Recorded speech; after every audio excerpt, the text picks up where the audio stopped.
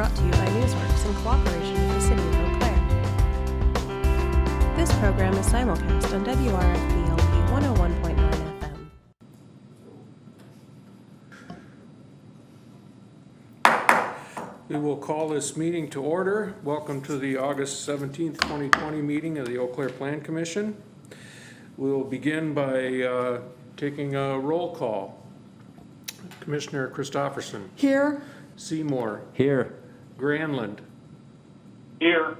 Gregert. Here. Wolf Graham. Here. Obeid. Here. And Larson is here. Okay. If everyone's had a chance to review the August 3rd minutes, are there any corrections or additions to the minutes? Seeing none, without objection, those minutes are approved. This is item number 4 is an opportunity for a public comment period for items that do not appear on this agenda for tonight, either as public hearings or public discussion. So is there anyone who is logged in, who checked in here to make comments about any topic that is not listed on the agenda? And those of you viewing from home, there should be an option there to raise your hand, except for the call-in users.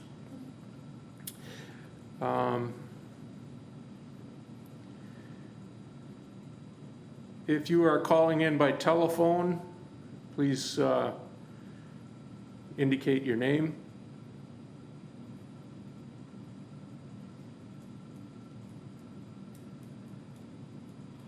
Again, if you're calling in by telephone, can you let us know who you are? Carrie Graff, Doug Graff. Oh, okay. Did you call in to make comments about any items that are not on the agenda? No, not really. Okay. Is there another item that I should come back to you on? Because you don't have the opportunity to raise your hand. Oh, okay. No, we were just listening. Okay. There's nothing That's fine. That's fine. Thank you for letting me know that. Then I will know not to check with you later on. Thank you. Okay. Okay. I didn't do my introduction here. Just so everyone knows, this meeting is being broadcast live by Valley Media Works on Charter Channel 994, WRFP LP 101.9 FM, and online at valleymediaworks.org. The Plan Commission attempts to conduct its public hearings in a relatively informal manner, with the constraint that we must deal with the issues before us in an orderly and business-like fashion. We give the applicant an opportunity to speak first, and then others, either for or against the proposal, are each permitted to speak once. We do request that everyone restrict their comments to the issues before us, avoid unnecessary repetition, and be prudent in the use of time. We want to be sure that we have adequate time to review and discuss all items with equal diligence. Just as a reminder, if you're going to be speaking tonight, try and make sure there isn't interruption from background noises, including your cell phones. Please turn them off or mute them. Item number 5 is a public hearing for recommendation to City Council for rezoning from TR1A to R2P and R3P with a general development plan on the southwest corner of Old Town Road and Graff Road. Mr. Allen. Thank you, Mr. Chair and members of the Commission. Again, before you this evening is a request to rezone property as noted from TR1A to both R2P and R3P, which is residential with a planned development, and to adopt the general development plan with a mix of duplexes, twin homes, and apartments for a project known as Timber Bluff Acres, and is located at number 5 on the map, on your screen here, which is the southwest corner of Old Town Hall Road and Graff Road, the southeast part of the city. This shows a little bit more specifically with the aerial photo and the area in question, portion of 3 parcels that were recently annexed into the city. This shows the public hearing notices and the area that those were sent to for this rezoning request. And I'll get back to this map here shortly, just a moment. So with that, just a little background on the proposal. The applicant, there are several applicants, part of the project team, Real Land Surveying, Advanced Engineering Concepts, and Wurzer Builders. The property owner, actually there are 3, again, multiples here, 3 different parcels. I'll defer to the applicant to explain kind of their status as related to ownership or anticipated ownership of the property. Again, the area in question is just over 38 acres in size, 38.4 acres proposed here for the overall project. Again, the existing zoning is that temporary R1A, the TR1A, and proposed to be a mix of R2P and R3P. A comprehensive plan shows this area as both public facility and medium and high density housing. Again, I'll talk about that here shortly as well. In terms of recommendation, did lay out the full list of 7 conditions from the engineering department from their perspective as relates to moving forward in this proposal. Again, what's before you this evening is the rezoning request with the general development plan. What would be forthcoming would still need to be preliminary plat, final plat, developer's agreement, and final site plans related to the project. So this is the first step in the process. I suppose second, if you want to count the annexation a short time ago. Again, the applicants are proposing this residential development of this recently annexed vacant land. The development is known as Timber Bluff Acres and would be comprised of what the applicant is calling 9 different communities, with buildings within each community having similar building styles. As proposed, the project would provide 328 housing units in 2 phases. There'd be a mix, as they provided in their narrative, 34 twin home units, 24 4-plex units, 88 8-plex units, 60 10-plex units, 48 12-plex units, and a 60-plus, so senior campus of 4 2-story buildings, which would equal 74 units total of 60-plus campus, and that'd be at the northeast quadrant of the project site. You can see those proposed buildings here, again with that senior campus at the northeast corner, kind of the hard corner of Graff Road and Old Town Hall Road. The development would also provide a dedicated open space of just under 5 acres, area 9, which is to the kind of the bottom center of your screen there, with sports courts, tot lots, trails, benches, and stormwater features. This area is proposed to be zoned with other adjacent areas as R2P. The applicant notes this specifically to provide more options in the future. Perhaps they can address that in terms of what may or may not look like with future phases. So again, the applicant, although not required by city codes to provide units as workforce housing, is indicating that they would be doing so, and these units, they're identifying it as all units as workforce housing. They'd be from 1 bedroom, 1 bath to 3 bedroom, 2 bath, with rents anticipated in a range from $895 to $1,475 per month. Access to the development, as you can see here, would be 2 streets off of Old Town Hall Road in the north, and 1 street off Graff Road, cut to the southeast corner of the project, again, Graff Road to the east, with no proposed cul-de-sacs. Interior trail system, as you can see here, kind of in that red hue, is also proposed, and that will connect to Old Town Hall Road at a north central location. See there to the top of the screen. Again, as previously noted, additional approvals would still be necessary with this project. A couple questions have come up throughout the day and over the weekend from a number of parties, and do want to try to catch some of those here, but certainly would be willing to answer any additional questions as need be. Deputy City Engineer Leah Ness is also on the line, and she could answer some questions as well, since there are a number of questions particularly related to utilities and transportation and such around the area. But did want to mention that, I'll jump back to that other picture here. You can see the gray. It's a little bit harder to see, of course, in this PowerPoint, but the white areas to the bottom of the screen, that's still in the town of Washington. And again, this project is immediately located across Graff Road from the town of Washington Town Hall and cemetery and other public services provided by the town there. And again, you can see it, Old Town Hall Road, the majority of it from the intersection with Graff Road west. You can see that hard line there. West is the portion that is within city limits of the city of Eau Claire.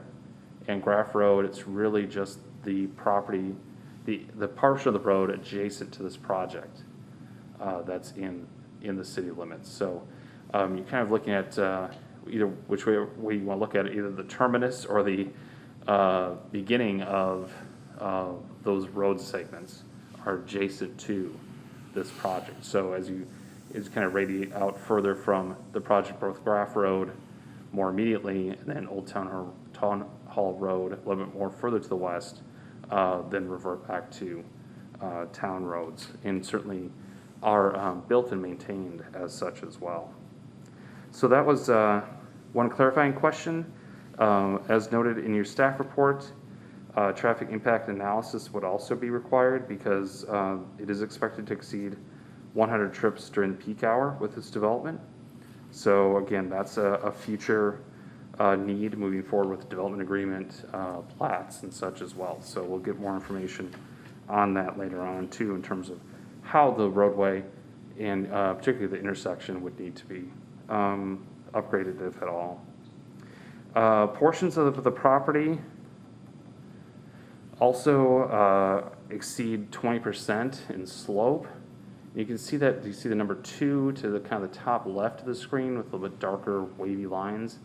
That's the portion that primarily has that 20% slope area. So I'll defer to the applicant to talk a little bit more specifically about how they intend to install the roadway there, look at drainage in that area. You can see there's that gap. Probably shows a little bit better here with that number 2 there. There's that gap then, of course, between some of those twin homes that are proposed, and also a little bit larger open space where number 4 shows up as well. But again, there would be some other portions of the slopes potentially impacted. So hopefully the applicant can respond to how they intend to integrate those slopes and address those slopes with this proposal.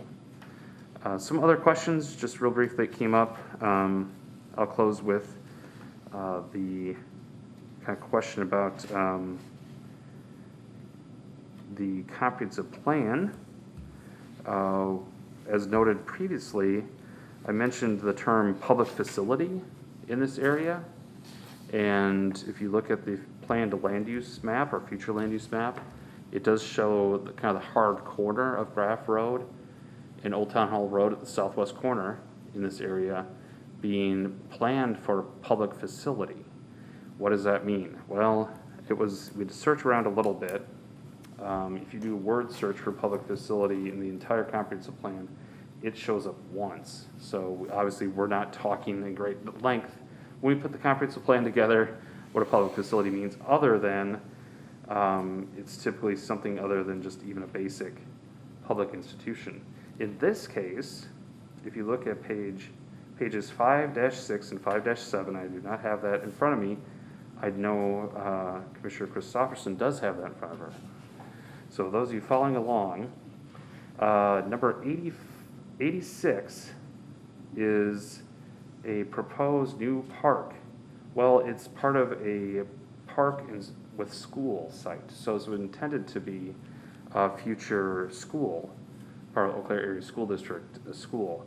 That's no longer the case, and in fact, that park and that space was actually removed from the park and open space master plan that was updated and approved last year. So that no longer exists. So that being the case, I hate to say we've simply ignored that indication, but we will make that removal more formal and codified through our comprehensive plan 5-year review process that we're going through currently. So if you look further to the west in the future or planned land use map, you can see on that fully along that south side of Old Town Hall Road is planned to be medium and high density housing as proposed here. So the intention there is to look at everything essentially west of Graff Road on the south side of Old Town Hall Road as this type of use in terms of a medium to high density housing. So it is compliant as far as professional staff is concerned with the comprehensive plan. So I just wanted to kind of tell a little bit of story about that, what looks a little inconsistent with the comprehensive plan, even just 2015, with what's proposed now. Again, even within the last few years, those plans have already changed. So with that, again, a number of other questions have come up that perhaps engineering staff could assist with, but if there are any other questions, I'll be happy to try to address those. Thank you. Any questions from the commission for Mr. Allen? Commissioner Gregor.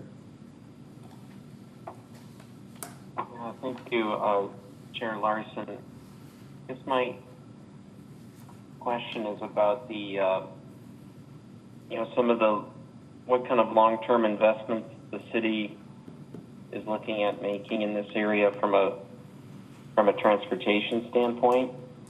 I know that in our comprehensive plan and the bike and pedestrian plan, there's a reference to a bridge that would be for more local traffic and for bike and pedestrian access, as well as vehicle access, potentially transit access too, that would go across from Old Town Hall Road to across I-94 and then probably connected up to like around where the Holiday Inn is, which I think is Owen Ayers Court right now. So I guess I just wanted some perspective on that because, obviously this will be a traffic generator and there'll be a lot of people, who wouldn't be able to walk or bike or take transit to the city very easily from the location like this without some sort of connection. No, very good question. Sorry, I didn't mean to interrupt. But I'm happy to turn that over to Deputy City Engineer Leah Ness if she's available. I know she was looking into some of the plans and budgets and such as to where that might be. Yeah, this is Leah talking, and looking into that a little further, you're correct that in the transportation chapter of the comprehensive plan, it identifies a potential link between the north and south of I-94. Owen Ayers Court is kind of an identified location as a potential point for an overpass between connecting the north and south corridors there. And looking into costs, we have not done any cost estimates for this at this point or estimated for CIP or put it into the budget in our 5-year plan. But just reaching out to Deputy Chief Engineer, he estimated between $2 to $5 million for an overpass structure. It really depends on the length and if we have to acquire additional land and right-of-way and cost of that. There's a lot of variables in the cost. So that was kind of our estimate on what it would take to build a structure for motoring traffic along with pedestrian and bicycle traffic for that connection that would be probably west of this proposed development. This is Okay. kind of a follow-up question, if that's all right. Sure. Thank you. Thank you, Ms. Ness. I mean, obviously, another aspect of this is that these roads are on both Graff Road and Old Town Hall Road are town roads, as opposed to what we'll often find are county roads. Are there any major differences that you would say between a town road and a county road in terms of what the city and may have to go through in order to partner with other municipalities or with the state to be able to accomplish upgrades to those roads? Or is there a larger cost difference upgrading a road with curb and gutter, from a town road versus from a county road? I would say that there's not going to be a large difference looking at a county road versus a town road at this point. We'd still try to keep the utilities within the right of way, and as the parcels annexed to the city, and if the city continues to grow this direction, we'd work with the town to make improvement to the roadway, and our preference would be to construct it with curb and gutter and potentially a trail or a sidewalk on both. Okay. Okay, thanks. Any other questions for staff from the commission? I see none. I believe the applicant will be Mr. Bohan, right?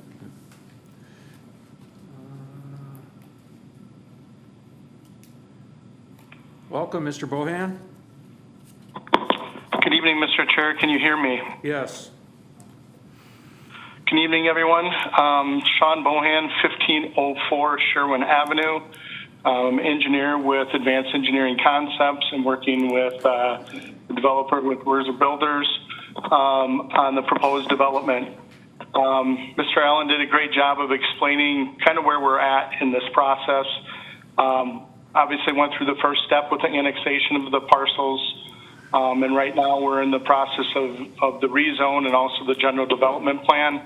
And it's just that. It's a general development plan where we're looking at providing different communities, within this parcel and stuff, and a variety of housing types. We're very cognizant of the fact that we end up having single family to both the south and to the west, and that's where we were doing the R2P, which is basically either duplexes or owner-occupied twin homes or twin home rentals. But we just ended up wanting to make sure that our density is along the perimeter where we are abutting up against a single family, that we were just aware of that, and being good neighbors.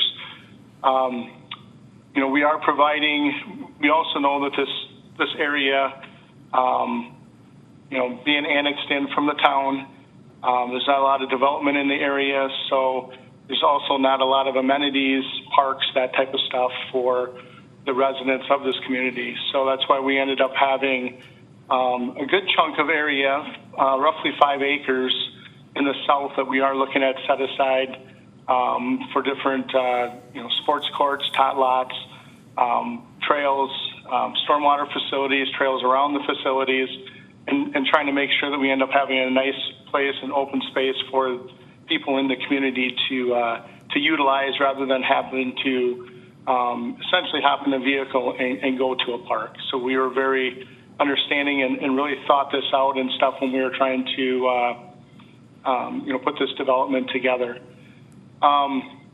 As far as the general development plan, from this stage, we would end up going into basically a preliminary plat and our site plans, our final site plans.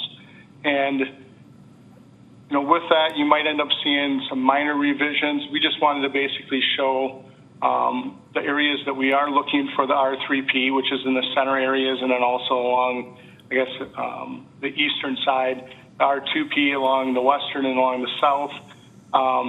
Housing styles, may vary a little bit. I think the Planning Commission's probably seen a few of these building types. And it's something that's basically placeholders that we're trying to make sure that we are breaking it up into different sections. I guess like pods type of thing, that we are looking, to develop it over.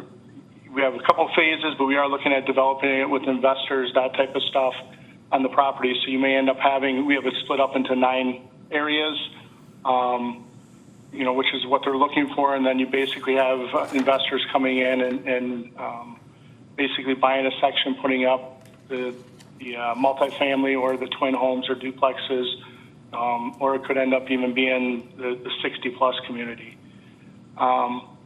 We have a traffic impact analysis that has been completed. We just received it today.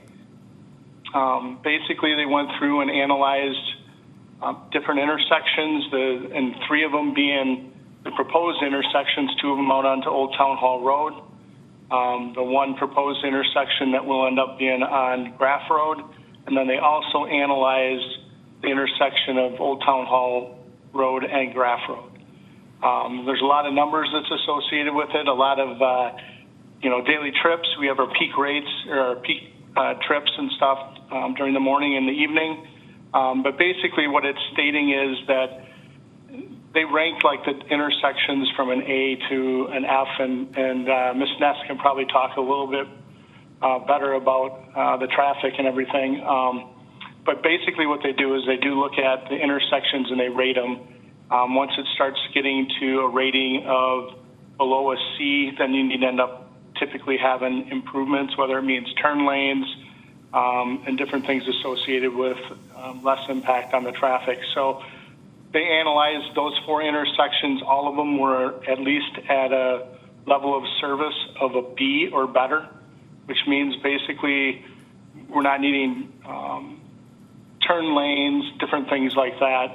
It's important, especially at Old Town Hall Road and Graff Road, the existing intersections. But even at that one, they didn't anticipate end up having to do any improvements at this time with this 38.4 acres being developed. There is a couple other items, the stormwater facilities. I did end up seeing the comment from staff. We do not have an issue. We feel we have a big enough area that's set aside for the stormwater facilities. It is a natural drainage way that goes through there. So we feel that putting the stormwater facilities, obviously it's going to be able to end up getting everything from the north. There is a good amount of area that comes from the west down through this area, but being able to bring it through our stormwater facilities and meet the peak rates, meet the water quality, and also meet the infiltration requirements of both the city of Eau Claire and the Wisconsin DNR. With the land that we have set aside, we feel that will not end up being an issue at all.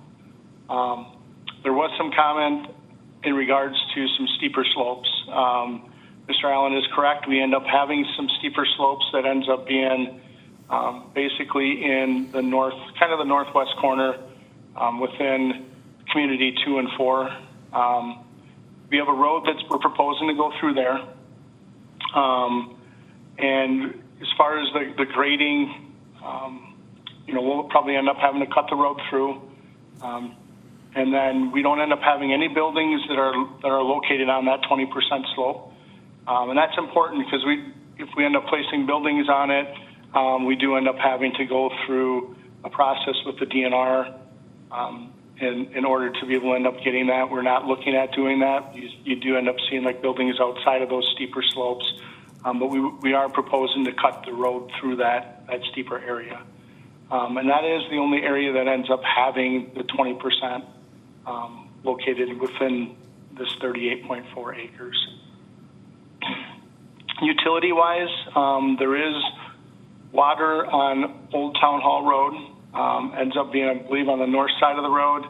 And then there is sanitary sewer that ends up being basically across from where the 60-plus community is being proposed.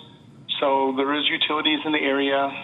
They have been sized appropriately for this development in touch and base, and the preliminary findings, at least from city staff. So we do end up having those facilities. We are going to end up bringing them into the site, obviously, within the road system, and be able to provide for future also, in the sense of bringing it into the site. And if it does grow to the south, if it does end up growing to, I guess, the west and stuff, but mainly the south and stuff, that we will end up having those utilities that would be able to end up servicing future development. I guess with that, I know Mr. Allen hit on everything and did a really good job. And with that, I'll, I guess, open up to any questions that the Planning Commission may end up having. All right, thank you. Any questions from the commission for Mr. Bohan? Commissioner Christopherson. Thank you, Mr. Chair. Mr. Bohan, I did hear you say that it would develop based on investors, but I'm just wondering if there's any thought about which parts would you expect to develop first? So we're looking at bringing in, phase one would end up bringing in the north-south road, the furthest east one that would, next to Graff Road. So that would be essentially what we're looking at in phase one. In talking with the developer, he thought that they'd just be going from phase one into phase two, but that's what we'd at least try to end up getting in this year utility-wise. And it makes sense. It's closest to the sanitary sewer. And we would end up bringing that in, and then we would be feeding the phase two, the north and south road along the western property line, in the future. So it would open it up to basically, communities 5, 7, 8, and 3, and potentially a little bit of 1 also. And they would probably look at bringing that road down, connecting with a road that goes out to Graff Road. Thank you. Commissioner Wolfgram.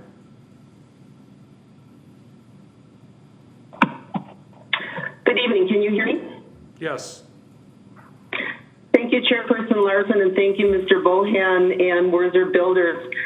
I support the rezoning and the general development plan, and you recognizing the need for workforce housing in our city. I have just a few contextual comments and then one ask of the applicant. I want to acknowledge first that this development is in a service and retail industry hub of Eau Claire, where according to the Wisconsin Department of Workforce Development, we know that approximately 38% of our entire workforce are in the 25 lowest paid high employment occupations, many in this particular area, the median income being $28,000, which is less than 50% of the county median income of $60,000 a year. However, we also know that it's not reasonable to expect developers to be able to meet this very real need in our community without our city being able to incentivize the gap financing challenges. We also cannot rely on WHEDA tax credits to provide housing for our community members in this 30 to 50% income range. So within that context, I want to also acknowledge that this is a very significant contribution that Werzer Builders has designated all 328 units as workforce housing and within a mixed housing type design. Again, although not required by city codes, our multifamily design manual, is guided by ensuring that affordability and sustainability will be integrated in new projects.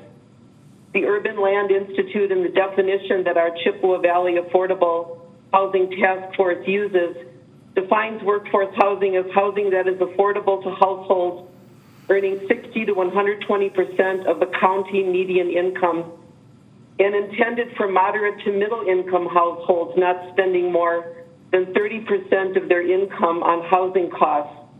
Again, in Eau Claire County, the county median income hovers close to $60,000. The current area median income, which is preferred by the task force, will not be released until September, but is expected to be similar. So therefore, workforce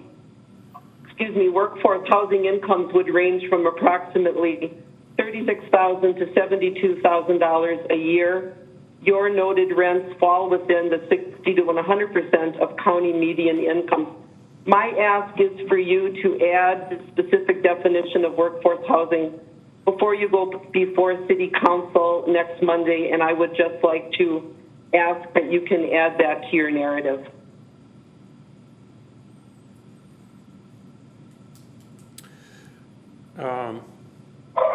Okay. Commissioner Obaid?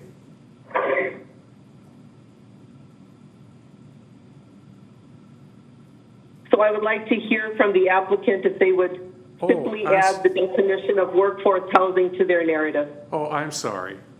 Mr. Bohan, can you respond to that? Yes, sir. I'll have to talk with the developer on that. I'm sure that we can. I'll talk with him and have to defer to him. Okay. And I guess I'm a little confused on exactly. So we have the definition that you have given about what we end up having for our ranges, which we had given in the report, and you want us just to add something additional. I guess I'm still a little confused on what you. Excuse me, Mr. Bohan. So the only thing I saw, I might have missed it, was that you had the ranges of your rents. But what I would just like you to add is the definition of workforce housing, which I just explained, which is 60 to 120% of the county median income, and that's all that I would ask that you do. Understand. Thank you. Okay, thank you. Commissioner Obaid.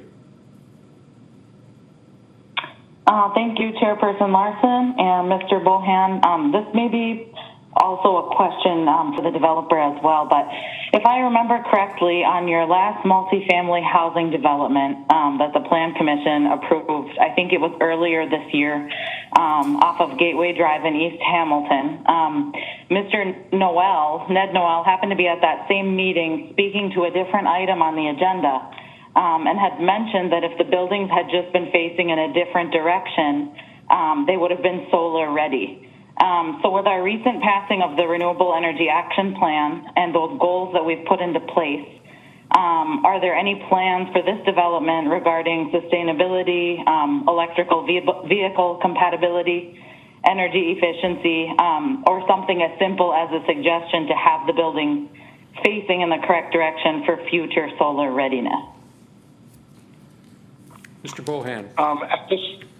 Yes, sir. At this point, we're just in the beginning stages of everything with the general development plan, but we'll certainly end up noting that, and we'll get together with the team, and if we can come back at the final site plan to an answer with your question on that.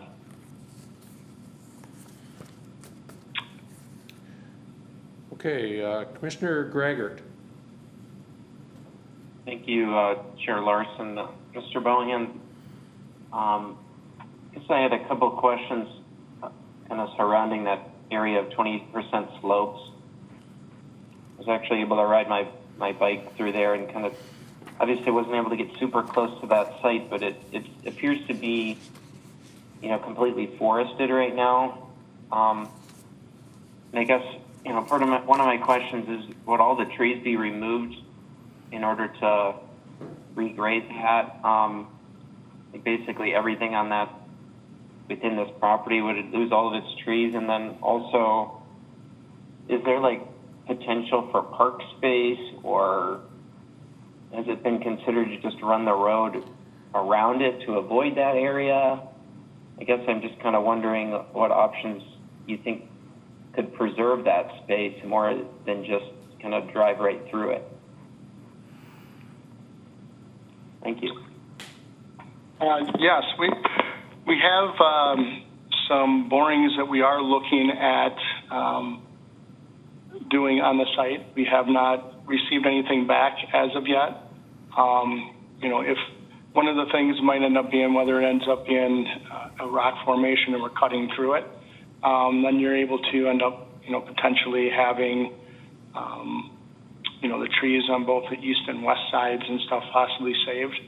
But at this time, again, we are showing the road coming through it and some open space and stuff around it. So we'd certainly like to see if we can end up saving, some of the trees and some of the slopes and everything that are around it.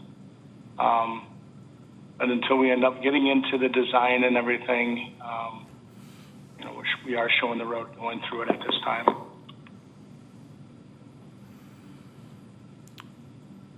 Did you have another question, Commissioner Graggart? Yeah, thank you, Mr. Larson. I guess I had another separate question. That's all right.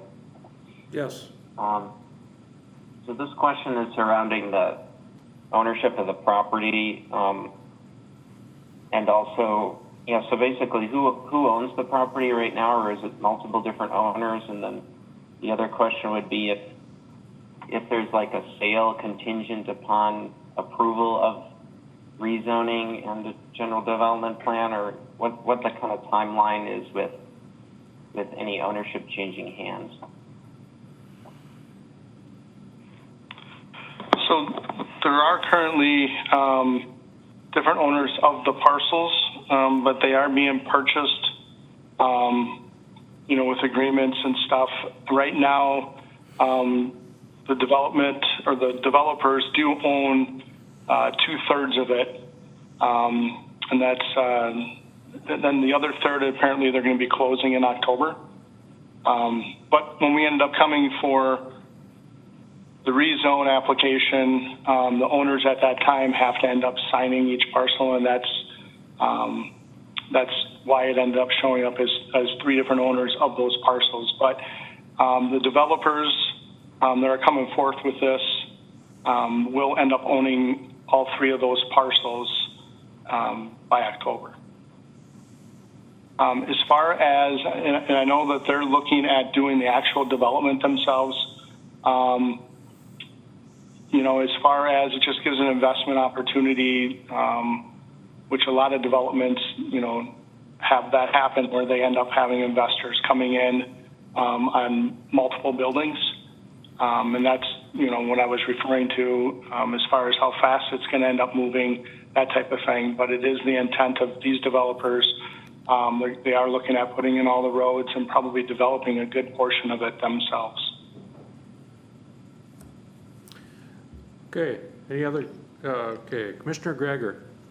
Oh, sorry. Thank you. As long as there's no other questions, I can. Well, actually, let's have Commissioner Christopherson go first. I didn't see her light on. Thank you. Thank you, Mr. Chair.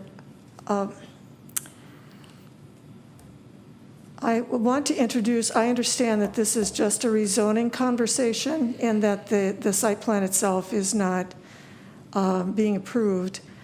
But I just want to reference my comments with the fact when this was brought in front of the Plan Commission for annexation, I did not vote in favor of that.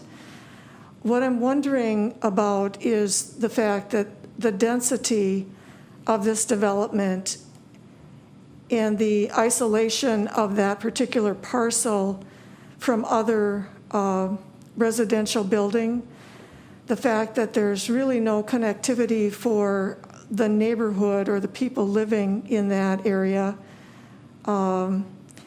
Children, it'd be quite a distance to school. So I'm just wondering if you could respond with a rationale of how did you come up with this particular design for that particular location?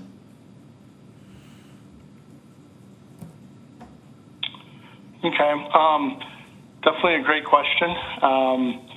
The developer himself would probably have a idea of why they were looking at this parcel and everything. I can just kind of touch on a few things about the parcel. You know, being isolated, this is an area that I think that the city ends up seeing growing. You know, south of the interstate, kind of down the 53 corridor. Not too many years ago, there was another project that we were involved in called Prairie Park that had a lot of similarities to this. It actually ends up being further to the south and along Highway 53. And it is next to well, agricultural lands and stuff around through there, and a lot of those same questions came up. You drive through there, there's very few rentals that are vacant through that whole thing. It's a development that's very well kept, has a good reputation, and it's hard to end up getting into. They ended up doing a great job with a number of different parks and tot lots, a lot of connectivity from one of the communities to the next. There was 3 plexes in there, 4 plexes, duplexes, 8 plexes. I believe it stopped maybe at 8 plex, maybe there's some 10 plexes. But very, you know, a lot of similarities, you know, where it doesn't have the connectivity to the city via any type of trails and that. But it ends up having 200, close to 200, I think, units and stuff in it also. And it seems very viable. And we kind of end up seeing that same thing with this. A little bit closer, you know, only basically a quarter mile from the roundabout. That would take you, you know, to the north and into the mall area and everything. You know, and the way that we ended up looking at trying to make sure that we ended up having that open space, you know, for the residents. It was obviously very important to make sure that they end up staying within this overall community, or at least they have the opportunity to do a number of different things, from the top lots to different sports courts to walking trails. You know, just because we don't want everybody jumping in a vehicle and having to end up going to a park. So, you know, we feel that we've set it up well with, you know, with those facilities on the south end. We also, if you noted, you can end up seeing the connectivity with a trail that goes from north to south that goes through some of those communities. So they don't necessarily have to, you know, end up walking out to the sidewalk into the street, that they can end up walking down a trail system that goes between the communities and goes to the park. So we tried to make sure that we ended up making sure they had the amenities and everything, you know, at this development. So that's kind of the reason that we ended up coming up with it, putting in these different communities. As far as the location, again, I have to end up deferring to the developer on that, other than it's great access on and off for the interstate, highways, malls, that type of stuff. So. Thank you, Mr. Bohan. I would ask just one follow-up question. Is it your intention that this will be a managed community, or will they be managed as individual villages, like the 1 through 9? Could you give me just a little vision of how you were seeing that develop? Yes, good question also. We would end up seeing it being managed by one company, and probably the developer's company would be the management. Thank you, Mr. Bohan.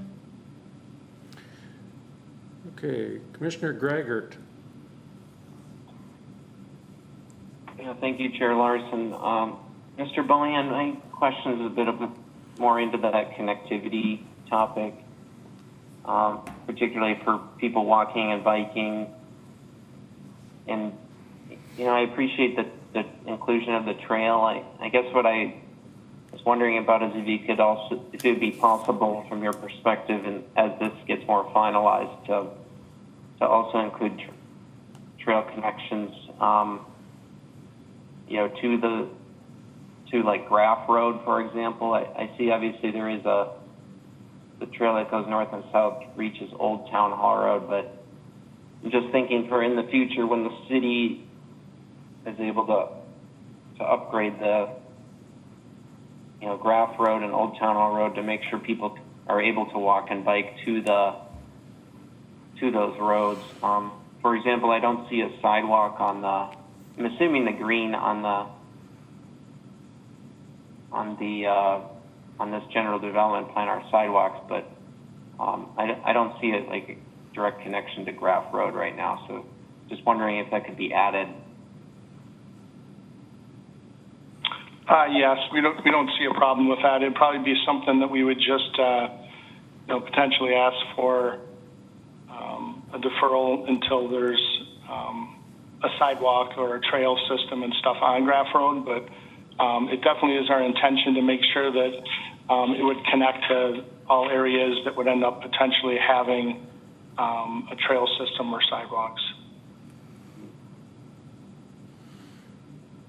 Did you have a follow-up, Commissioner Gregor? No, thank you. Okay.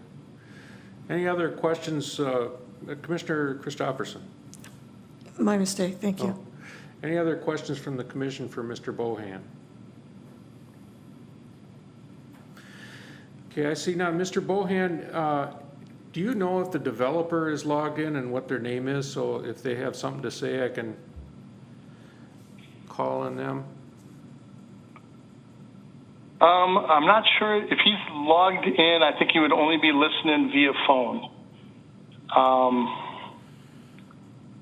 Okay. And it's Mr. Wiggins would end up being the one. So I don't know. He said he is logged in, I think. Yeah, here he is. Mr. Wiggins, did you have anything to add?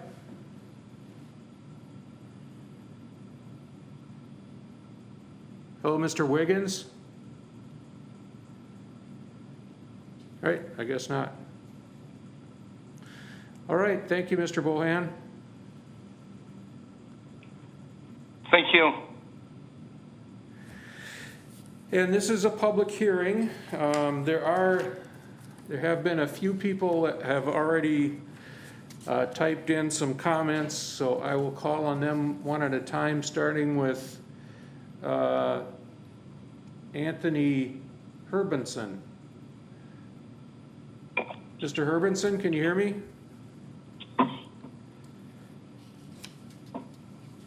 Mr. Herbenson?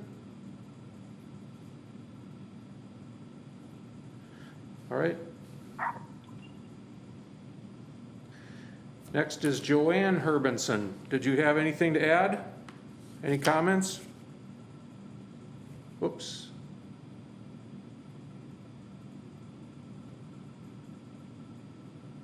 Joanne Herbenson.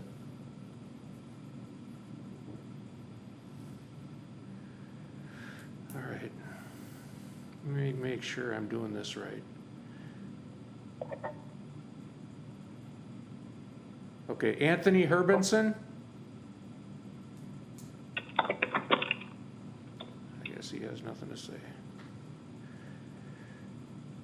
Joanne Herbenson, did you have anything to add or a comment to make?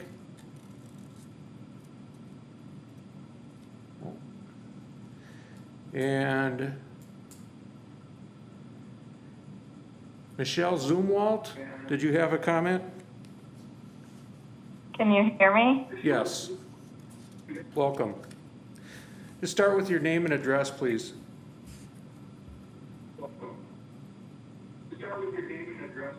Michelle Zumwalt, 5440 Deerfield Road. Okay. And what comments do you have on this item? I'm concerned about the light pollution, also the loss of the wildlife that we have in our area and our country living. I mean, we've moved out here for country living, and now we've gotten 3 new subdivisions that have gone in out in our area, and we're going to be losing a lot of that with this 328 housing development, which I don't understand the need for such a large development. Okay. All right. Any questions from the commission for Ms. Zumwalt? All right, thank you for taking the time to join us.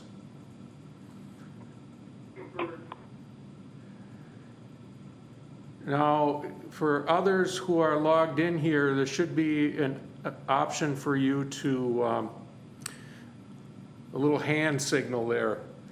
Just click on that and it will indicate to me that you have something to say.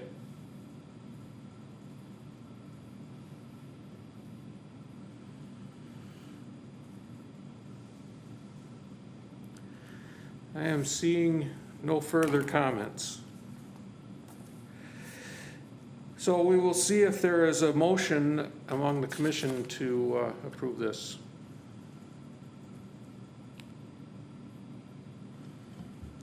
Commissioner Seymour, Thank you. So moved. is there a second?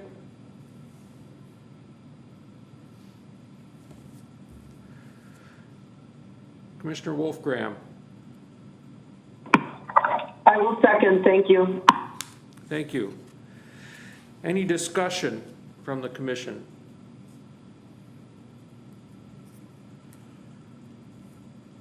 Commissioner Greggert, Thank you, Chair Larson. I'm a bit conflicted on this one. Back when Prairie Park was,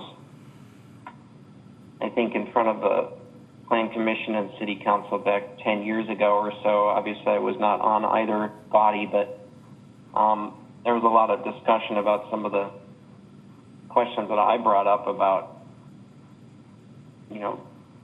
how it's kind of a, location that's further away, from city services, kind of stretches city services and, doesn't really allow for very good bike and pedestrian connectivity or future transit because of the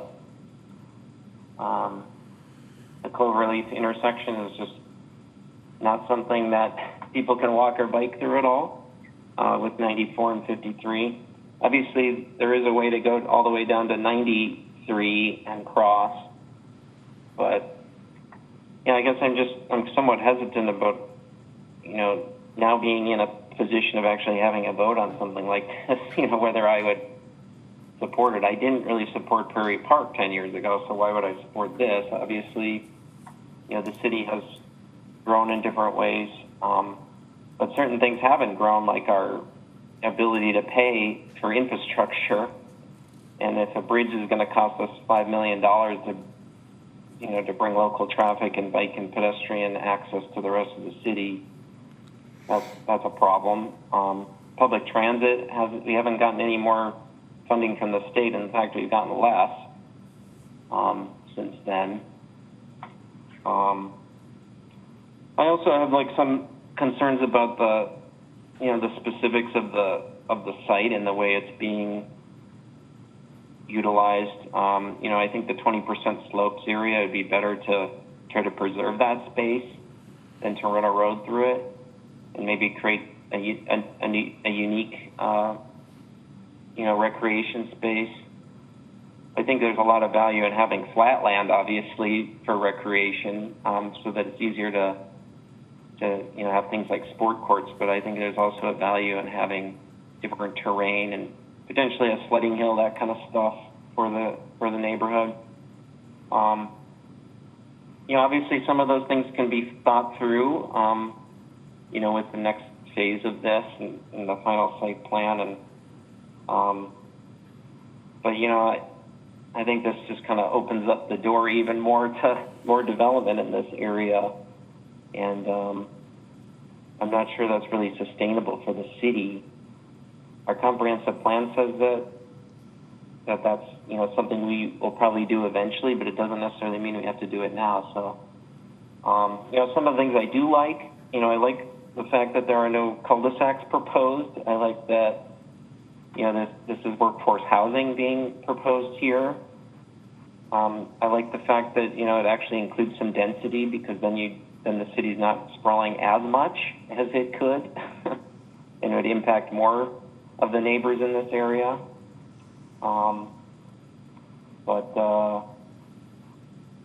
yeah, just kind of thinking out loud a little bit here to see if there's any more discussion as I figure out how I'm going to vote. So thank you. Okay, Commissioner Christopherson. Thank you, Mr. Chairman. I have similar concerns of Commissioner Gregert. I am completely in favor of workforce housing. I think that we need more. But this location makes it difficult for people who would be using workforce housing to, they would depend on their cars. It makes it difficult to use transit. I'm a little shocked. This is my first time to vote on something like this. To be the first large development in that particular part of the town of Washington, now the city of Eau Claire, it's just more dense than, it's going to go from a cornfield into something denser. And like the caller, I just wonder if that's the right size for that spot. And then as a commissioner and as a council member, I'm pretty aware that there's neighborhoods in the core city that are coming up on the first time to have their infrastructure replaced in their streets, and it's not inexpensive. And I understand how challenging that is to the city to balance those decisions for new development, which is really very important to the vitality of our city, but also maintaining the inner city is also important. So there are a lot of things about this that I really appreciate, and I like the vision of making this somewhat inclusive for people that would live there so they wouldn't have to hop in their car for absolutely everything. But I just see that this is a step in sprawl that I'm not sure is economically feasible for Eau Claire. Thank you. Thank you. Any other comments from the commission? Okay, I'm going to exercise a little bit of a different procedure here because we have this whole new system that many people have trouble doing, and apparently a couple of people that came to speak during the public hearing part had trouble connecting. I'm getting messages here, so I'm gonna allow them an opportunity to say something, even though it's not really in the in order. But so, Joanne Herbenson, can you hear me?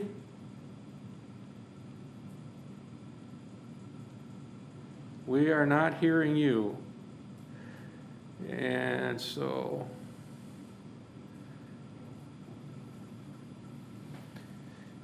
and Anthony Herbenson is no longer on my list.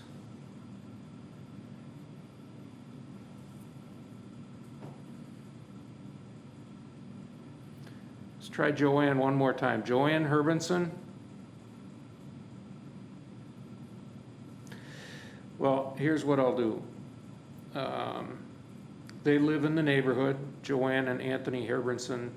They had concerns about density, traffic concerns, burden on aging municipal utilities, and country living lifestyle.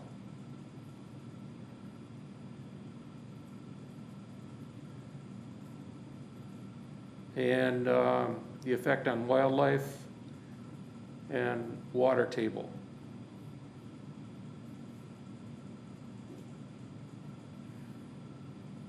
And they pointed out that the current atmosphere is why they moved there in the first place. Okay, I hope that adequately sums up the comments that the Hermansons had. Mr. Chair. Herbensons. Mr. Chair. Yes, sir. Can I get the two names that you just read? Joanne Herbenson, Herbensen, and Anthony. Thank you. All right. Any other comments from the commission?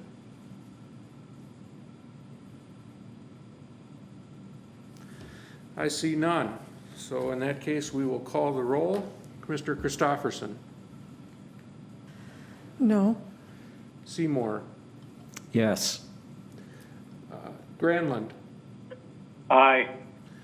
Greigert. No. Wolfgram. Aye. Obeyed. Aye. And the chair votes aye. Can you give us the count, Mr.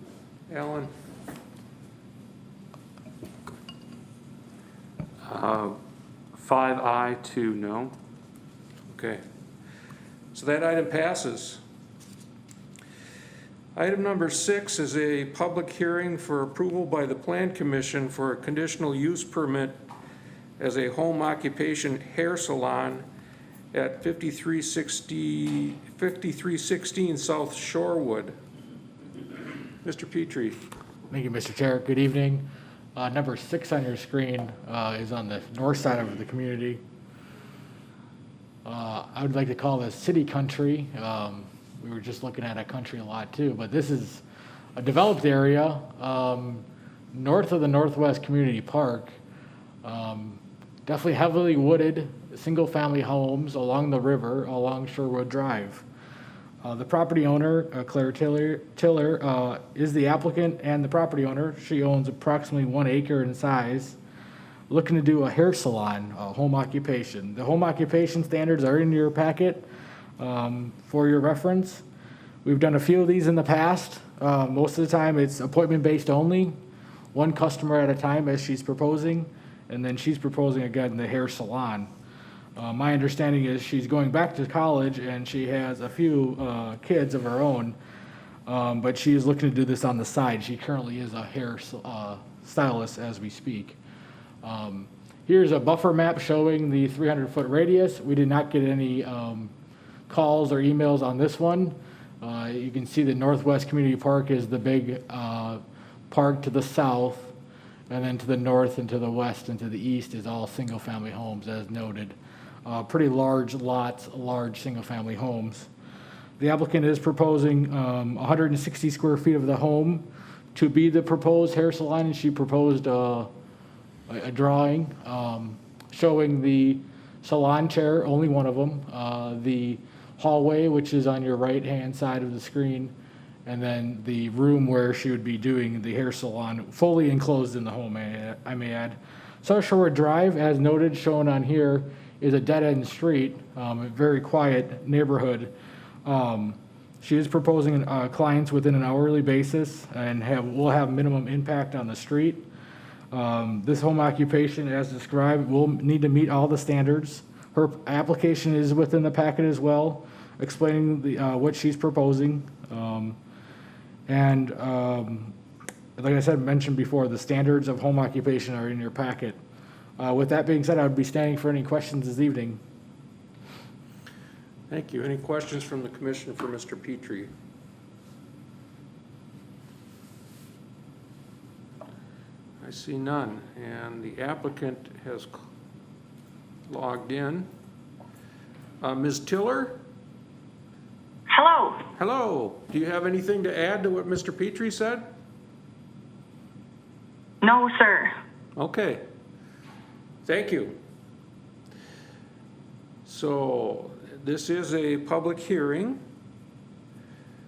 Is there anyone from the public who logged in to comment on this conditional use permit? We have a new phone and call-in user. If you're calling in by telephone, can you identify yourself, please?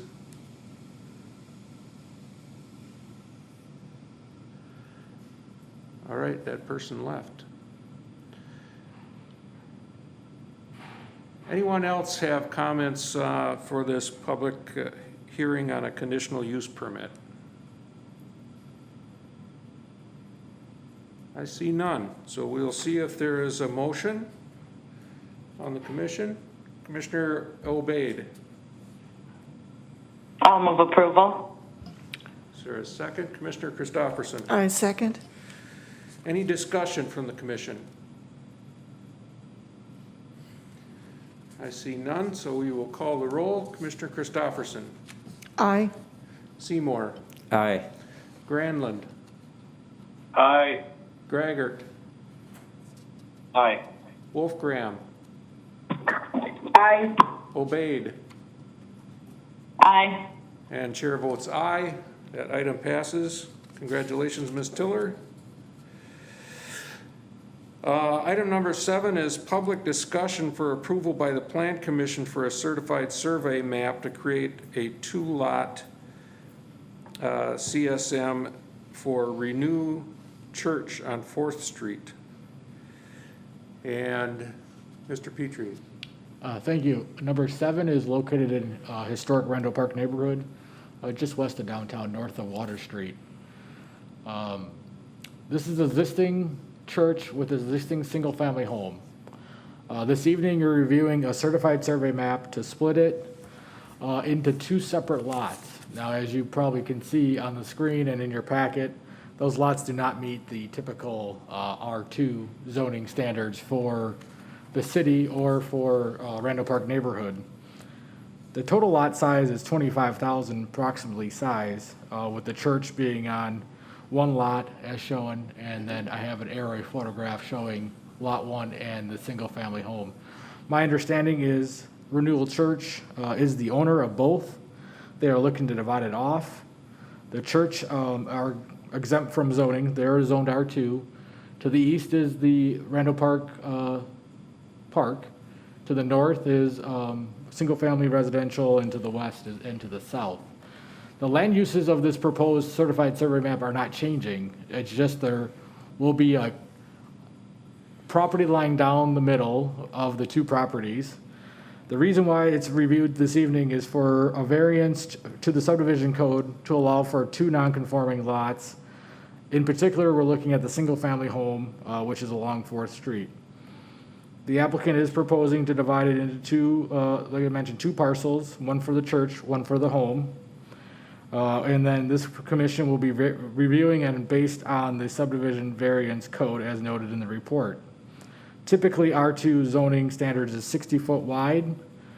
This proposed property is 43 feet wide at the street, and then back to the west is significantly smaller than that. The Plan Commission will need to determine this warrants a variance under the subdivision code, like I mentioned, and also has granted similar variances in the past. The applicant did provide a narrative explaining the situation and explaining why they're going forward with this certified survey map. As I mentioned, the lot in the front is 43 feet wide. In his narrative, he notes that the lot off the rear is 31 feet. Now, you may understand too that this is a non-conforming structure. The reason why it would be non-conforming structure is the setbacks. So what that means is if this was ever to be damaged by a tornado or a fire, this probably would not be coming back to this commission. It would be going to the Zoning Board of Appeals for a variance. The reason being is because off the alleyway, it appears that the setback is a foot or 2 at the most. So if the structure was ever to be damaged or destroyed, that would potentially be a variance. Not through this board. This board's just reviewing this certified survey map as shown on the screen. And with that, I'll be standing for any questions. Thank you. Any questions from the commission? So I have a couple. So if the lot line will go through the building, I take it this was like a parsonage that has a connection to the church inside? The property line will not be going through the building. The property line will be going between the building and the single-family home. So the church, it's kind of hard to see on that one. I thought it was attached. My mistake. No, the aerial photograph, it is separated. I don't know the distance of separation. Typically, in single-family homes is 8 feet. Obviously, this is not a typical situation. So the property line would be between the church and the single-family home offset. Yeah. My mistake. I just got busted for not reading it closely. It's okay. All right. So any questions for Mr. Petrie? I see none. And is there a motion on the commission for approval? Commissioner Christopherson, I will move for the approval. Mr. Seymour, Second. any discussion? I see none. So we will call a roll. Mr. Christopherson, Aye. Seymour, Aye. Granlund, Aye. Greggert, Aye. Wolfgram, Aye. Obeyed, Aye. and chair votes aye. That item passes. Item number 8 is a public discussion for approval by the Plan Commission for a site plan at Spirit Lutheran Church, 1310 Main Street. Mr. Petrie. Thank you. Agenda number 8, as noted, is on Main Street, just east of downtown. The applicant is proposing an addition along with a new parking lot. This is the existing site of the property. They're proposing the new parking lot on the south side of the building of the church, north of Main Street, and the addition is to the east of the existing church. The addition is pretty small. It's 780 square feet approximately. This addition is to allow for expansion of the entryway and exitway, as well as an elevator. The reason why the staff brought this to the commission this evening is based on the new parking lot, which would be for visitors and administration. During the remodel of the offices, that we moved to the west wing of the building on the western part of the site. The driveway standards are noted in your report based on the engineering report. Ms. Ness is on the call this evening to answer any of those questions that may arise, along with the grading and drainage, public utilities, and transit. The parking lot standards, based on a church, they would be at the standards, but my understanding is the applicant would be using the parking lot, like I mentioned, for staff and visitors that may or may not be mobility challenged. The church is currently zoned R2. The property is approximately 2.2 acres in size. There is existing street parking along Main Street, so they'd be removing that and adding the 2 curb cuts as shown. There'd be a total of 3 curb cuts on Main Street for the property for the church. There is conditions of approval, grading and drainage, and a drainage report. And with that, the surrounding zoning is R2. Spirit Lutheran is the applicant. Advanced Engineering Concept is the engineer on the project. With that, I'd be happy to answer any questions. Thank you. Any questions from the commission for Mr. Petrie?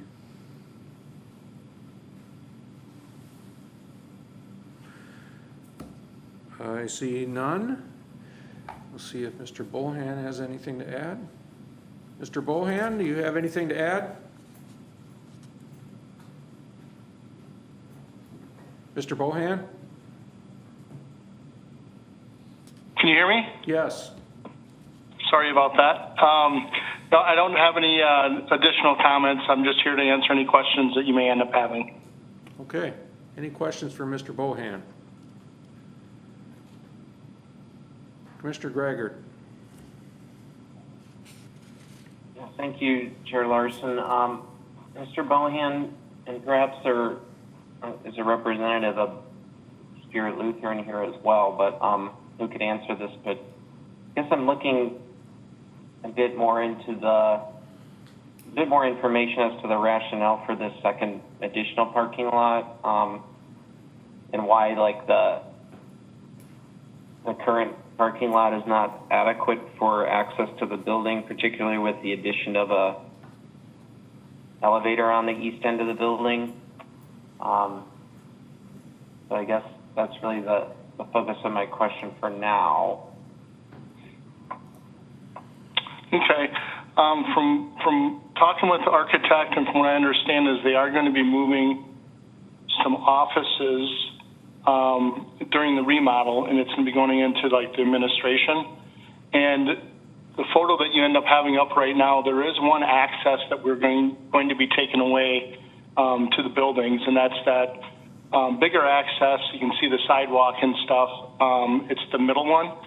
That is being taken away, and then there's going to be windows that are going to be there. So then the only other two access points, I guess there are two access points in the parking lot, but you basically have the one where the new addition is going, and then you end up having where the proposed, I think, 8-stall parking lot would end up being. So they're going to be taking some of those offices, moving them over to the administration offices over kind of towards where the school ends up being. And instead of people having to park in the main parking lot, walk all the way through that area and through the wing, and to there, that they just wanted to have an easier access for them to be able to park and come in. I know that they had mentioned that it would be for staff also, but I thought it might only been only a couple spots, and the others would be for visitors. So I guess just as a follow-up question, so this parking is more of a temporary need versus a long-term need? Is that what I'm gathering from that?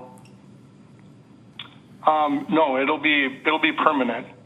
I guess the rationale for it is that it's because of long-term changes. So you're saying that so I guess I'm seeing in the site plan that other entrance is going away, but there's still a sidewalk connecting. So it's really just during the construction time that there would be a problem accessing on the east end?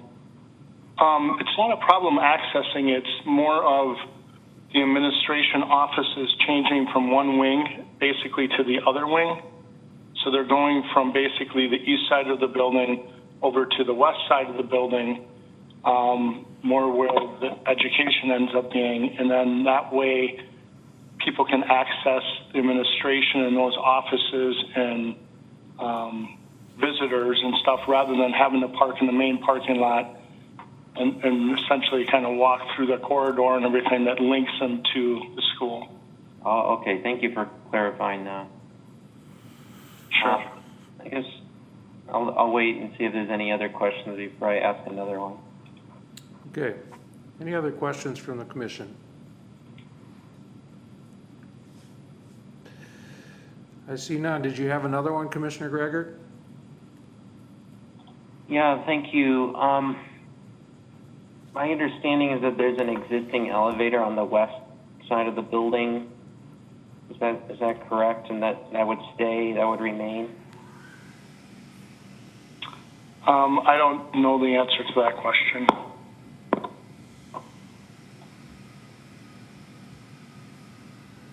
Yeah, I guess I'm just kind of looking at the, on page 41 of our packet, it's showing the interior of the building, and it appears there's an elevator,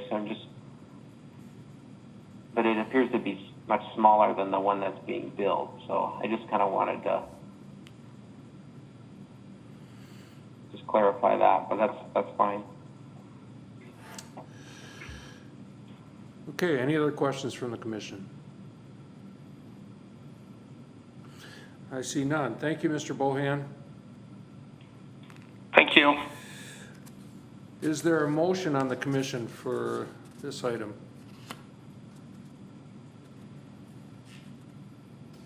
Mr. Christopherson, I move approval. is there a second? Commissioner Seymour. Second. All right, thank you. Any discussion? Commissioner Gregor. Thank you, Chair Larson. I thought of an additional question that perhaps staff might be able to answer before we vote, and that's regarding the that western parking lot and the sight lines for safe entrance and exit. You know, given the hill just to the west on Main Street, and given traffic on Main Street in general, is there any staff opinion on that? I can speak to that.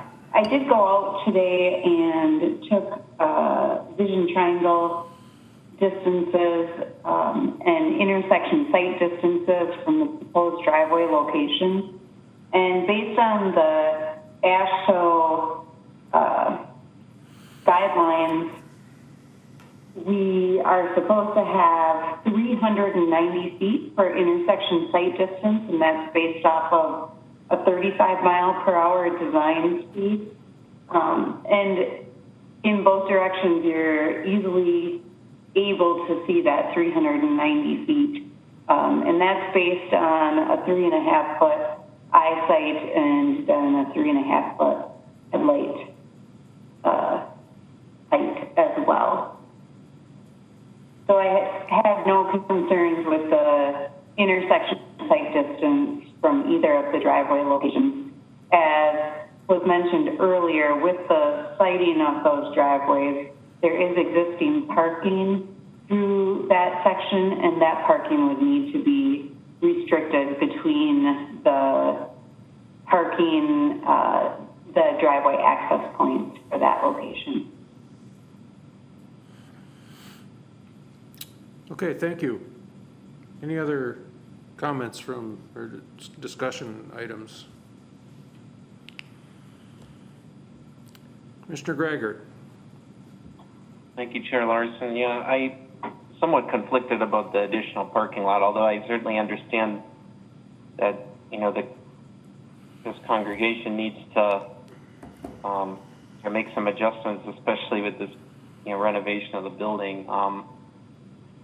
I guess it just seems to me that, you know, folks could park along the street, but at the same time, it's not perhaps as welcoming of an entrance that way. You know, if they feel like they really need to get that close. I do kind of have a request, although it's not something we can require as a commission, that just that the applicant consider putting in a bicycle rack to city standards on the east end of the building, so that visitors do not have to walk to the light or walk to the flagpole or other things, other objects when they arrive by bicycle. Because I know that the neighborhood association, for example, meets there, and and members of the congregation do arrive by bicycle. So just something to consider. But I think I can support this just because, you know,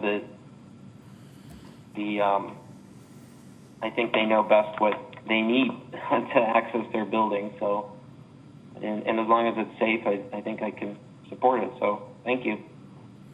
All right, thank you. Any other discussion? I see none, so we'll call the roll. Mr. Christopherson. Aye. Seymour. Aye. Granlund. Aye. Greigert. Aye. Wolfgram. Aye. Obaid. Aye. And chair votes aye. That item passes.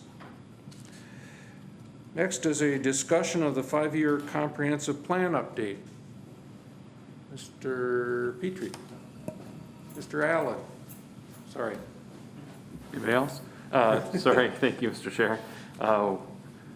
As you may notice, we have a different layout to the room today, so apologize. We're doing a lot of kind of stage direction to get things moving, so apologize for all the pointing. But Mr. Petrie is going to help us get started here. Just wanted to kind of piggyback off of brief conversation we had at the last meeting, which again, the meeting there ran a little bit longer than initially anticipated, so we didn't spend much time kind of diving into what staff has been working through over the last few months to get us up to this point for the 5-year review of the comprehensive plan. So Mr. Petrie was going to pull up our master Excel spreadsheet that I believe Mr. Ned Noel was able to kind of get framed up for us. So all of the 4 planners in the office, of which now we're down to 3, due to Mr. Ivory's retirement late last week. Thank you, Mr. Petrie. This may be a little bit hard to read. That's good. But essentially we went through and we give you a link in there, and we try to do that each memo update to chapter 15. Thank you, sir. To the chapter 15, which is the plan implementation program, which is really what we're focused on, kind of reviewing and updating for this 5-year review. Again, we went back, it seems like a world away now, looking back to January and February of this year, and updates, but it is obviously a lot less intensive and comprehensive, pardon the pun, than the full every 10-year update. So just to differentiate and use different terminology here, we're talking about a review. So review is the every 5 years versus update, which is essentially a full rewrite. So what we were able to do here, and again, thanks to the planning staff to help put this together, is we went through that table. There's a table in the plan implementation program, chapter 15, which broke down each of the chapters in the comprehensive plan and their different policy statements. And so what we did was we looked at that, looked at what the 2015 plan said for the dates in terms of completion dates. Many of them are ongoing, especially when you talk about things like land use and growth management, and as I scroll down here, public utilities, parks, natural resources, economic development. So a number of things that are kind of more, ongoing, the best practices that cities should be doing when we're looking at different land use items. So with that, we then looked at each of those different policies and gave it a number from 1 to 3, just to really kind of do almost like a traffic light kind of signalization. Again, bad pun, but looking at, are we doing well? Are we doing kind of moderately well? Or are we doing poorly? So looked at these different indicators and just kind of gave them identifying marks. So for example, development review, looking at how we refer to the comprehensive plan, I think is good indicators. Any tonight was one of the first agenda items, really diving into comprehensive plan expectations and anticipations for development. And again, that indicator was pretty highly rated. And again, that's an ongoing thing. So that's something, for example, we may likely not modify. Perhaps there's some tweaking within that area in the plan that we needed to look at. But as a whole, that's something where if it's green, maybe just let it go. Kind of like, let's not dive into that and really dig through that. Let's look at the things that are definitely in the red. For example, one being, again, red not necessarily being bad, but one red being more in terms of, okay, over the last 5 years, we perhaps maybe have not made progress on this. This talks about boundary agreements. Well, those are expiring early next year. So that's something that, yes, we should probably be reviewing and looking at what's our progress with that, what needs to be set up so we can look at 2021 as an opportunity to review and renew boundary agreements, extraterritorial jurisdiction agreements, so on and so forth. So that's one, for example, we quickly identified. That's a 1. And again, also if you look at numbers, 1 being perhaps a higher priority. Some of these 2, again, yellow is kind of more in the middle, where maybe these are things that we could come to you with a work session, and we want to talk about that next, and get a little bit more guidance, a little more clarity. One of those, for example, again, this is just examples, and that's what I mean. We could probably look through each of these different chapters, each of these different sections, and meet with you and kind of talk through them more specifically. We wanted to give you kind of the high level. This is our first review of these. We'd like to pull out the the number ones we can hopefully all agree on, keep working on those, make updates to those. Number 2s are kind of the ones that we want to bring to you for some further review. In this case, what I'm highlighting here is commercial design guidelines. We're talking about preparing commercial development design guidelines.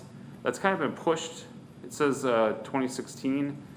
A lot of these are 2016 because the comp plan was written in 2015. And it was more along the lines of, let's do this next. rather than it needs to be done in 2016. It's just more, let's get this started next. That hasn't happened yet at this point. It's been discussed a few times.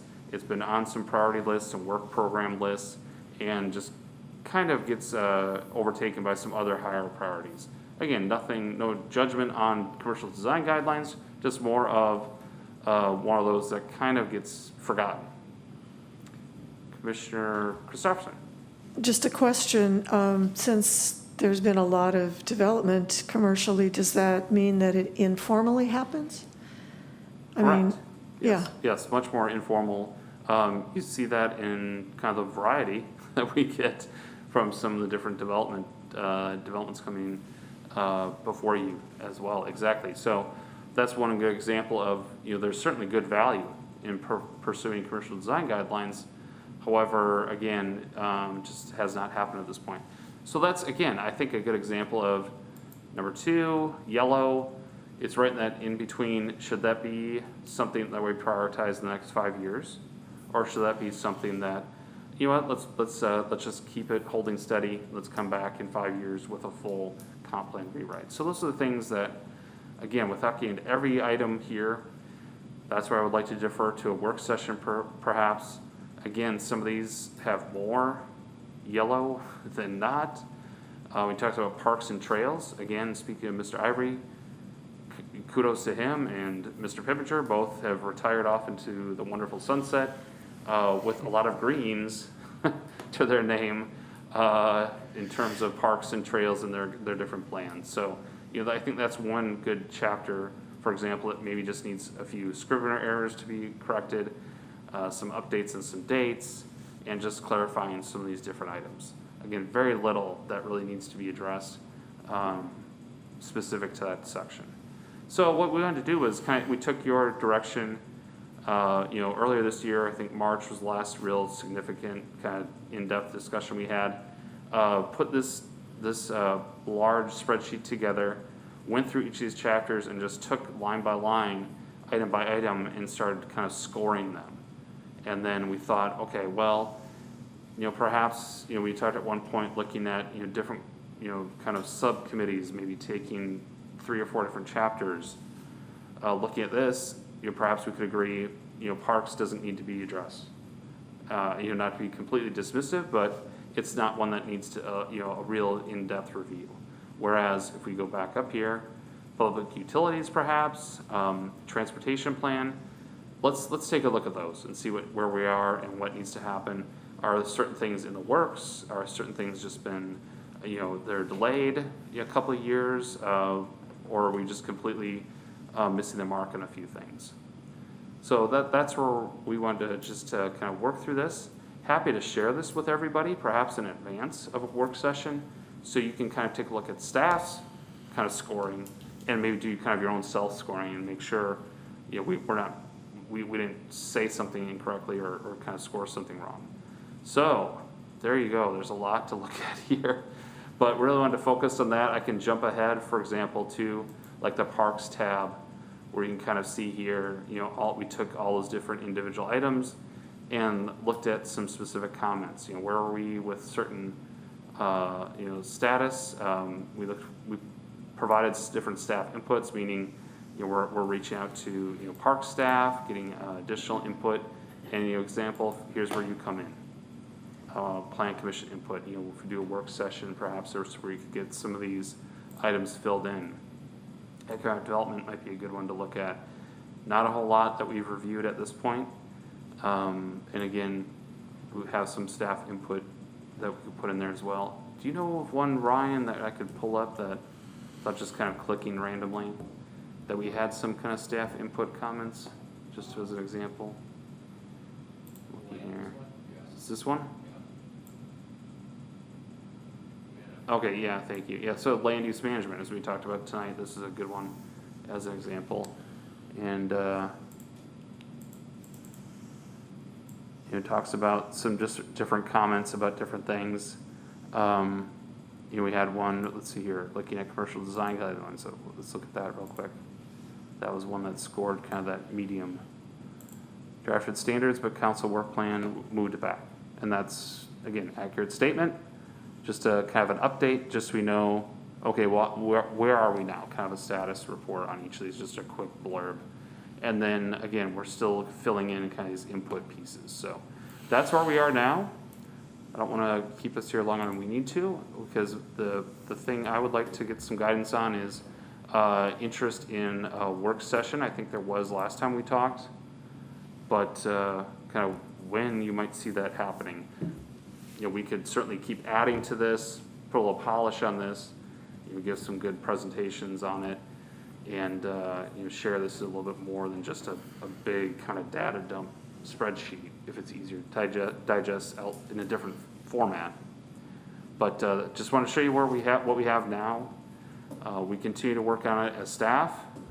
We had regular meetings almost weekly for a while, and the last couple weeks we kind of put that on hold to kind of see where we need to go here. Okay, any comments from the commission?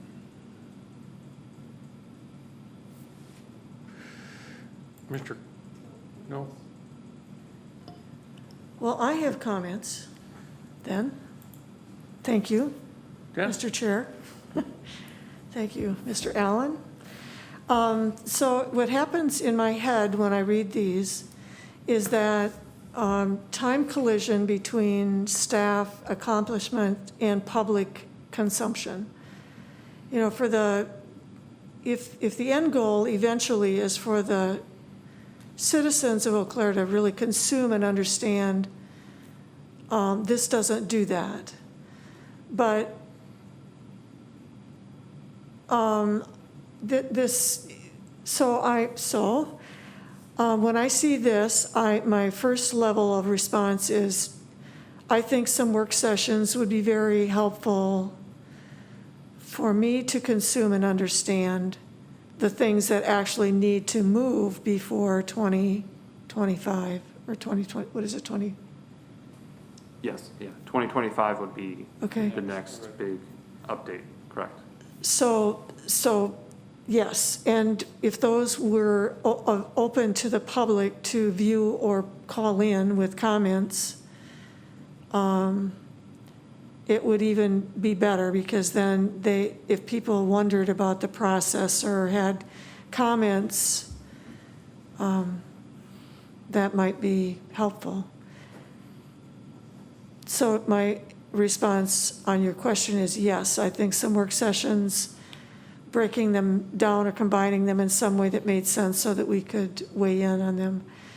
But what also comes to my mind is, once that deadline is achieved and we can do the review, and then you've got these years before the next comprehensive plan is rewritten, it seems like that would be a great time to take some of these other ones that are ongoing and are in front of the public very frequently, but they don't really understand how to participate in those decisions, to have strategic work sessions or public sessions to simply say, what do you think about this?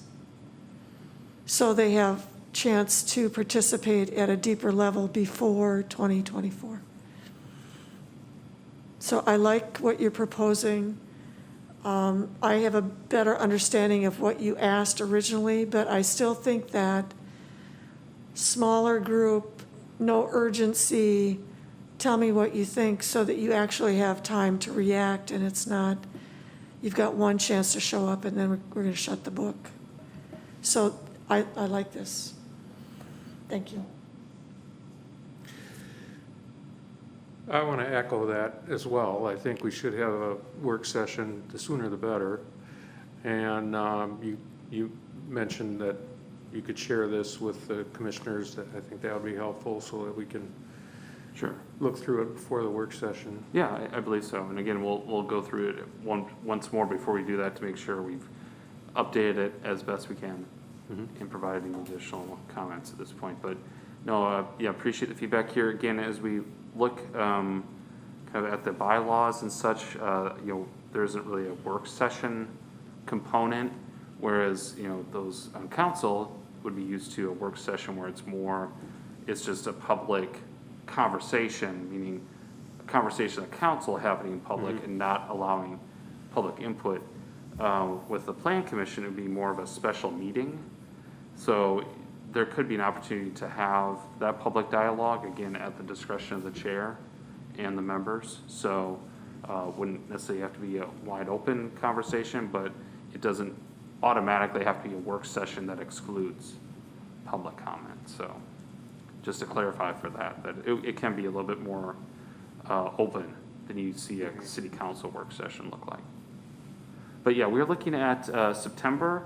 We're trying to monitor your agendas, and as you see here, they've been a little bit larger or more full, and it's been hard to, let's start a work session at 8:45 and go for and get a lot of good energy going. So it's something we could look at perhaps doing before the meeting, if that's something of interest, not to make it longer just by adding an hour at the beginning, but 8:45 would still be 8:45 plus an hour at the beginning, but that's certainly an opportunity as well, and the council has done that in the past. You could have 6 o'clock special meeting, close it off at 6:45. You could have 5:30. Give yourself a good full hour to discuss something. But we kind of leave it up to you and give you some guidance. Maybe break it up into 3 different parts and have 3 different 45-minute meetings or something like that. That's an option as well. So any feedback on that would be helpful. Does not have to be right now, but if somebody does have a suggestion on it, cut it into 2 perhaps. Try to cram it all into 1. As you hear me go, 1 may not be enough, 2 may be better. So just again, thinking out loud at this point. Well, for myself, I have no problem with having 2 meetings if that's needed. I do like the idea of having the work session before the meeting, because we get to 8:45 and I'm not ready for a deep discussion about plan, review of the comprehensive plan. So either on a separate night or before the meeting. Yeah, is either what I would prefer. or. Probably 5:30, so we have an Sure. hour, or maybe even an hour and 15 minutes. Yeah, and that makes it easier as well, Mr. Chair, to publicly notice it. Here you're kind of left guessing when would it start. Is it going to start at 8 o'clock or is it going to start at 9 o'clock? Whereas, if you have it beforehand, it's 5:30, and so then and you're done. You have to make sure you wrap up by 6:30, 6:45. So. Okay. All right. All right, any other comments from the commission? All right, thank you.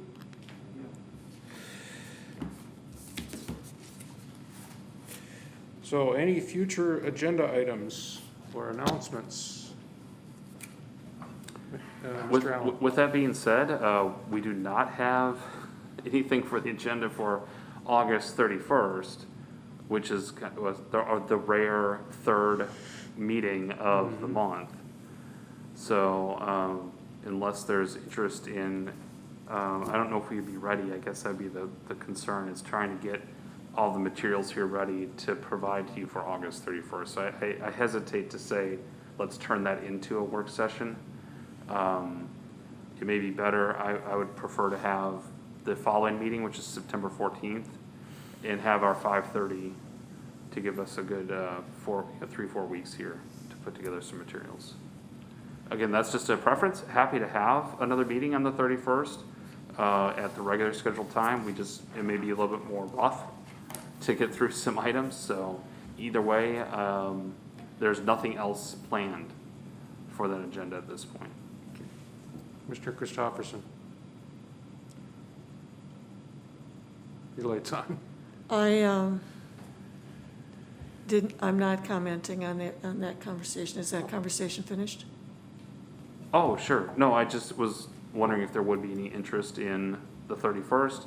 I don't want to steer you away from that, other than the fact that we may not have much more to share than what you see here tonight. So that's my hesitation with trying to have a standalone meeting just for the comp plan.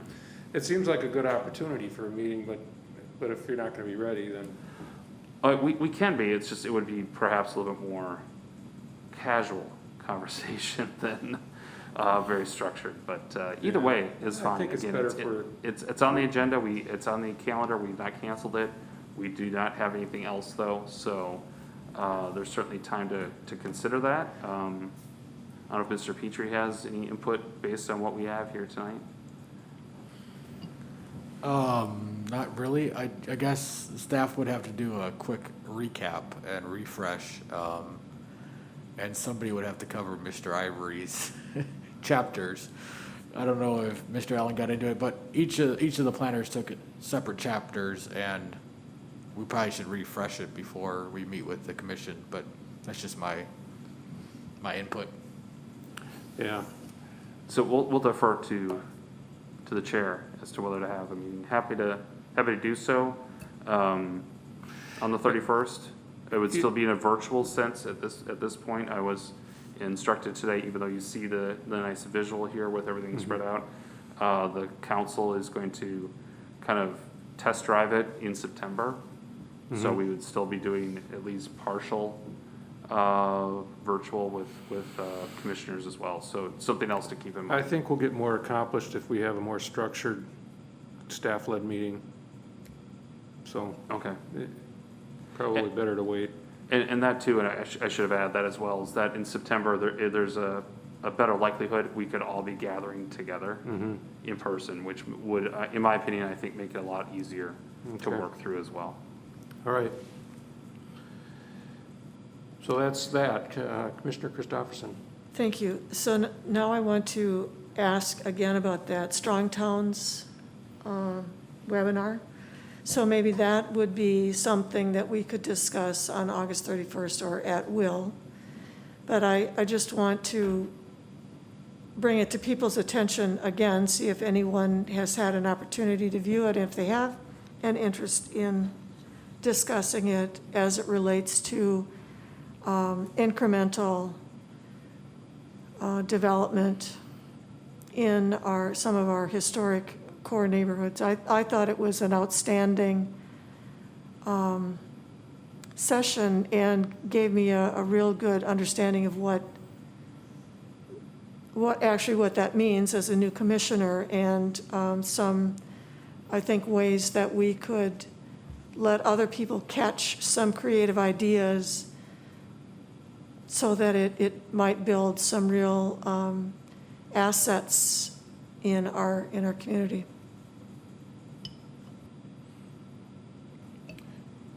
No, very good. I just defer to the other members if they have any comments on that, other than staff can send that link around again. We sent it out, I believe, around the last meeting. Certainly open for a conversation on that as well, and would encourage that. We would at least put it on the September 14th meeting agenda, if we do not have an August 31st meeting, for under the discussion items. So have an opportunity there at the very least. But again, giving people ample opportunity to view that. August 31st, again, is open. I don't want to remove an opportunity to meet if you believe there are items to discuss, but also don't want to force anybody to meet if there isn't much to discuss. So, Are you hoping to have a meeting on the 31st to discuss that? No, I'm going to be wishy-washy, just like Mr. Allen is. I don't demand, but, people, I have my own personal reasons, only in that okay. I'm getting up the next morning to drive my daughter to Boston. So, Oh, wow. I have that personal issue clouding my preferences. So, Yeah. Well, maybe we that's can, all. maybe we can set aside a few minutes for a discussion about that during this agenda item at one of our meetings upcoming. And hopefully commissioners will have a chance to view that in the meantime. Any other future agenda items or announcements? Mr. Allen? Oh, only in that, again, just to reminder, as you see here, again, not to keep belaboring it, but you are the first to be sitting in the chambers here with all the new infrastructure in operation. So It looks good. it's kind of a sneak peek, soft opening, as it were. The council, again, will be the ones to kind of christen it, likely in one of their September meetings. Again, don't quote me on that at this point, but for the city manager, September is kind of that kind of catch-all target for having this more fully operational. You can see there Mr. Petrie sitting back at the staff desks, the additional staff at the next desk here, and then there are 11 spots, if you count here, for council. So obviously there'd be still 2 available, typically me and then Deputy City Engineer Leah Ness, at the ends. It's essentially just stretching the room in a way. So I think part of that too is just to try to, obviously there's the distancing, but part of the delay of looking at September is trying to finalize and formalize the public interaction. So right now, that is not built into this room. That would have to somehow occur somewhat remotely still. So that's why we're not just going to flip the switch and everybody will be back next meeting necessarily. But stay tuned, I guess is what I'm trying to say. If our next meeting is September 14th, very likely could be a bit different and have fewer people remote, so. Okay. All right. So if there are no other agenda items or announcements to make, and I see none, without objection, this meeting is adjourned.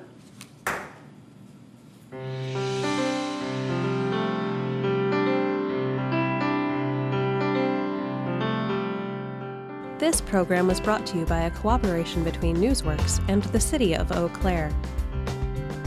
A transcript of this meeting is available for the hearing impaired.